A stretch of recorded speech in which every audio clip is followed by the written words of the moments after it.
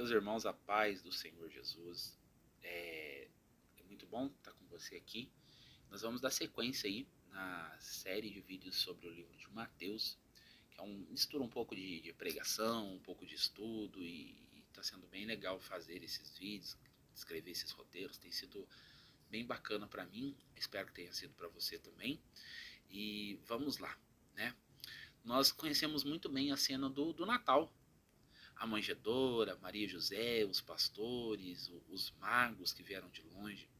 Mas se nós pararmos para ouvir Mateus com atenção, perceberemos que em apenas 2 versículos ele nos oferece um retrato condensado de toda a história da salvação.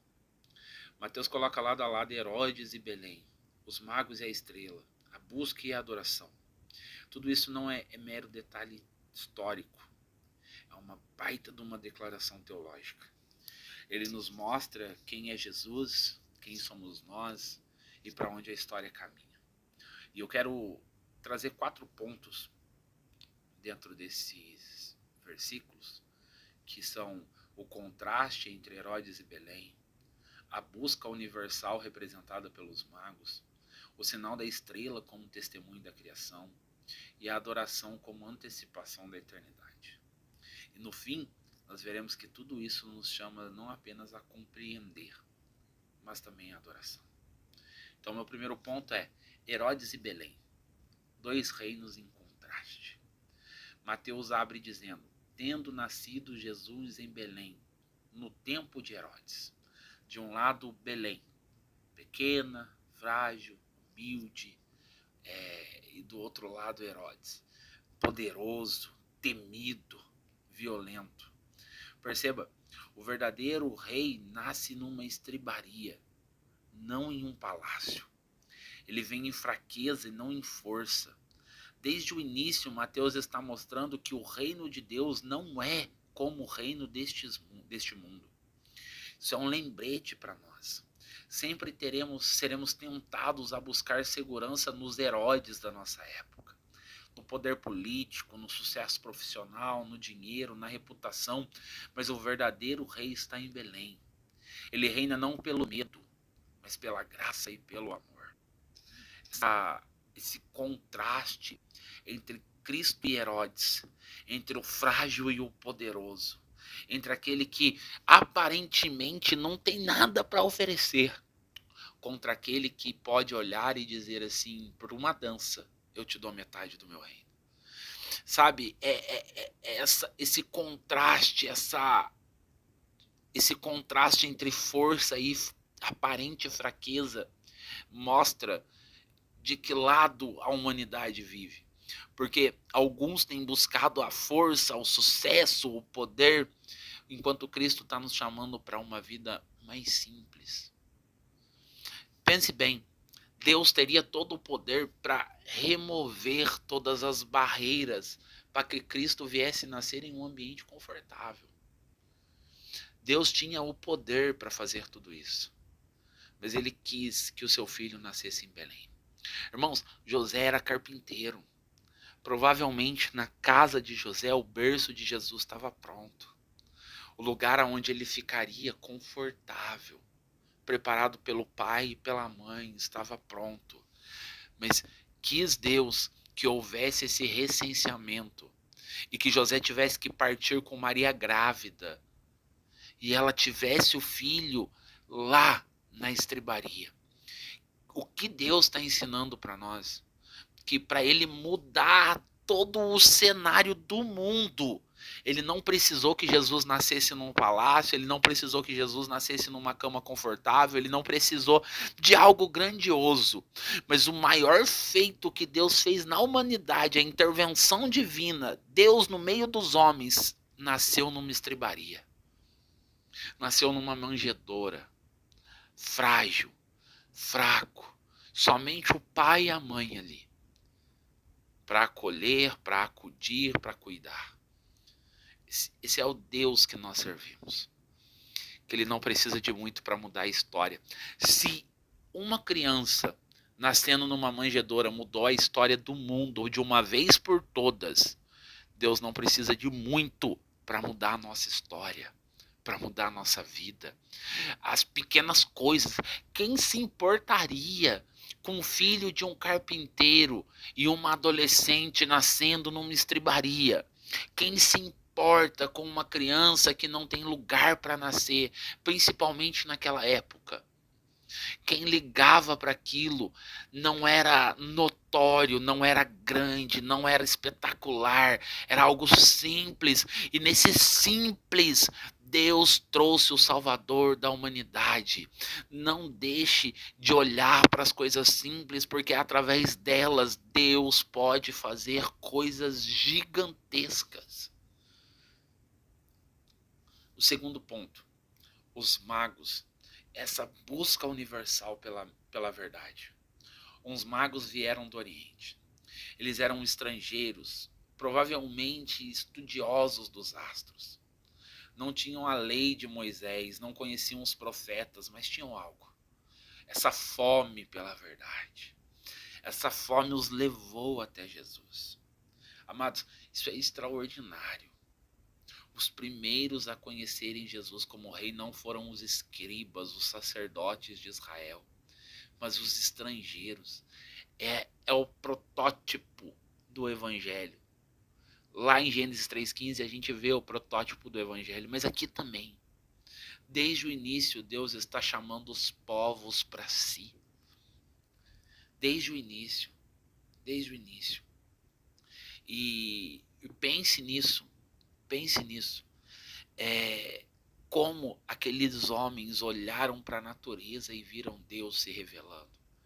É o que o apóstolo Paulo diz em Romanos 1, Deus se revela na natureza. A gente está buscando ver Deus em tantos lugares diferentes. E a gente está numa era em que falsos profetas têm brotado aos montes, E as pessoas têm corrido atrás disso. Pessoas pagando absurdos para que algum hipócrita, algum estelionatário da fé faça uma oração poderosa. Para que alguns homens pilantras que se usurpam da fé das pessoas tirem delas o pouco que elas têm e colocam uma esperança vã e vazia. Mas esses homens olharam para a natureza e puderam contemplar a Deus e buscá-lo de verdade. Deus está buscando a se relacionar conosco de tantas formas diferentes. Deus está buscando nos trazer para perto de tantas formas diferentes. Ele usou a vontade daqueles homens de conhecerem a Deus e uma estrela no céu e os trouxeram. Quer conhecer a Deus, basta você querer. Basta você ter fome de Deus e Ele vai se revelar a você de alguma forma. E talvez você esteja aqui nesse vídeo hoje se sentindo de fora, distante da fé, sem essas credenciais religiosas. Mas veja, foram exatamente os de fora que chegaram primeiro a Cristo. O convite é para todos. Para todos. Meu terceiro ponto é a estrela, a criação como testemunha. Nós vimos a sua estrela no Oriente. Muito se especula, teria sido um cometa, uma conjunção planetária, mas de verdade, não importa. O que Mateus quer que nós vejamos é o sentido. O próprio cosmos dá testemunho de Jesus. É como se a criação estivesse dizendo, o Criador chegou. O Mestre entrou em cena. O Emanuel está aqui. Isso nos ensina algo profundo. Tudo no universo, do nascer do sol ao brilho de uma estrela, dos grandes planetas até um vagalume piscando. Tudo nisso pode nos conduzir a Cristo. Como eu citei e vou dizer de novo, Paulo escreve, os atributos invisíveis de Deus se reconhecem por meio das coisas criadas. Acho que Romanos 1:20, se não me falha a memória. Irmãos, nós vivemos em um mundo que constantemente quer nos seduzir. Constantemente. Com a beleza criada como se fosse um fim em si mesmo. Porque às vezes nós olhamos o belo e achamos que o fim está ali, mas não está. Essa estrela nos lembra toda beleza é seta apontando para o Criador. Tudo que há de belo, que há de lindo, que há de propósito, o pôr do sol, o nascer dele, a lua cheia iluminando, a beleza da natureza, as grandes árvores, os morros, os animais, tudo isso aponta para um Criador. Tudo isso aponta para um Criador. Meu quarto ponto é adoração, antecipação do fim. É o clímax. Eles dizem, viemos adorá-lo. O verbo aqui é proskinel, adorar, prostrar-se diante de Deus. Jesus é um bebezinho, acabou de nascer, mas já recebe o culto que pertence somente ao Senhor. É uma cena totalmente escatológica. Em Belém, nós temos uma prévia do Apocalipse. Povos de todas as nações se ajoelhando diante do Cordeiro. E aqui está talvez a aplicação central.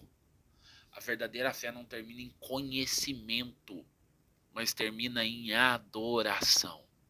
Não importa o quanto você conheça. Não importa se você está aqui aprendendo comigo, se você aprende com outros, se você é um estudioso das Escrituras. Não importa o quanto nós conhecemos. Isso precisa terminar em adoração. Não pode ser somente o conhecimento por si só. Esse conhecimento precisa explodir em adoração. A pergunta então não é apenas se você conhece Jesus, mas se você se prostra diante dele. Queridos, esses versículos, 2 versículos de Mateus, é muito mais do que uma introdução natalina, por assim dizer. É a cena que nos vem à memória.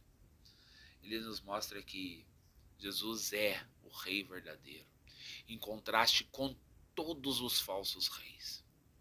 Todos os povos são chamados a ele, até os que parecem distantes. A criação inteira testemunha sua glória.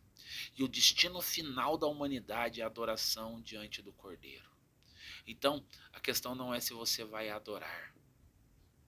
Não é isso. A questão é a quem você vai adorar. Porque é impossível ao homem não adorar algo ou alguém. É aonde nós direcionamos essa adoração. Jeremias diz que Deus colocou a eternidade no coração dos homens. Então, até o ateu que se diz eu não acredito em nada, ele tem seu ponto de adoração. Aí pode ser a ciência, o time de futebol, a esposa, os filhos, seja lá aonde ele coloca aquilo. Mas em quem nós colocamos a adoração? Os reis se ajoelharam diante do verdadeiro rei. Não foi Herodes, foi a Cristo. E nós vamos viver como Herodes, com medo de perder trono, a própria vida, ou como os magos, dispostos a abrir mão de tudo para se prostrar diante de Cristo. O convite está diante de você. Venha e adore. Que a graça e a paz do nosso Deus te